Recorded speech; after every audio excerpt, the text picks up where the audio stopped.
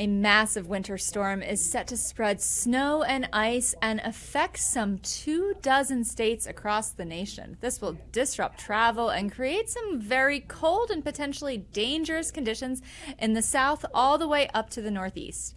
Joining us to tell us what we need to know about this storm is AccuWeather Meteorologist Melissa Constanzer. Melissa, thank you so much for joining us. Thanks for having me, Maggie. So take us through this forecast. Where is the storm headed? What's the trajectory that you see at this point in time?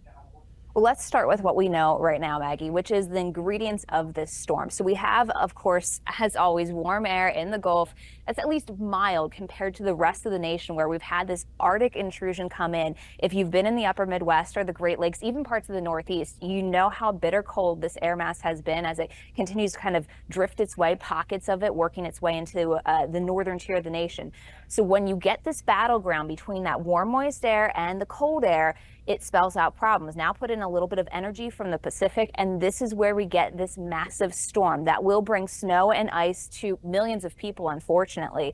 We'll start with some of the ice potential because this is the stuff that can really weigh down power lines and cause all sorts of problems. So if we take a look at the storm system, it's going to start breaking out here as we head throughout Friday, and you can see where this ice accumulation starts. The storm push system is pushing its way from west to east, and this is where our track is. So we do know Dallas could certainly see quite a bit of sleet or freezing rain or a bit of both, unfortunately, with this storm system, and even areas like Houston, for example.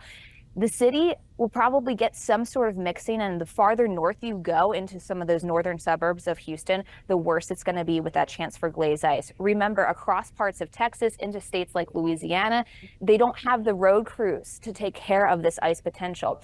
As we get further down the line, Saturday into Sunday with the storm, it gets harder and harder to forecast. Why? Well, we're not sure how strong that cold air is on the north to fight it. And to the south, we still have some warm shoves coming through. And this is where the forecast trend is unfolding for us. We've been pushing here at AccuWeather our track a little farther north with that ice potential, also carving out any ice potential here in parts of Alabama. And it's the same thing, too, having some mixing into states like areas, I should say, like Washington, D.C., where we do have some more mixing potential of ice.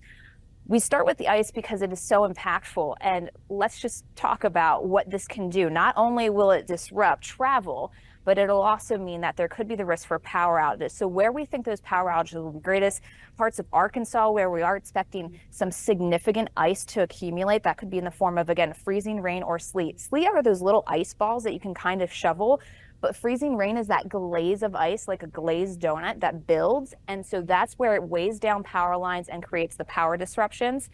And then we also have that potential in cities like Charlotte, very concerned about that area to get some heavy ice accumulation. So that's going to lead to the power outage. And Maggie, this is the ice side of the storm. That's the ice side of the storm. And Melissa, just to make sure we're clear on timeline, you and I are speaking on Thursday afternoon. When will the cities that you identified, Houston, Dallas, Charlotte, feel the worst effects from the ice that you just explained? So it's all going to be starting as we go into the Friday timeline here for areas across the plains and continuing to spread its way out. So you can kind of see how this timeline map is. It starts Friday with the ice accumulation. This is a very long stretched out storm. So it's going to even start building ice into Tennessee as we go into Friday night through Saturday morning. And then it continues to push its way farther to the south with some of this cold air pushing across the plains. It'll dig farther south. It'll also push a little farther to the east with its moisture and continue to push through the mid-Atlantic. So this roughly breaks down through the weekend, again, starting throughout the day on Friday into Friday evening, then Saturday and moving through the day and into Sunday, where, again, will near cities like Houston, for example, with some of that cold air and the last of the precip moving out and the ice potential there.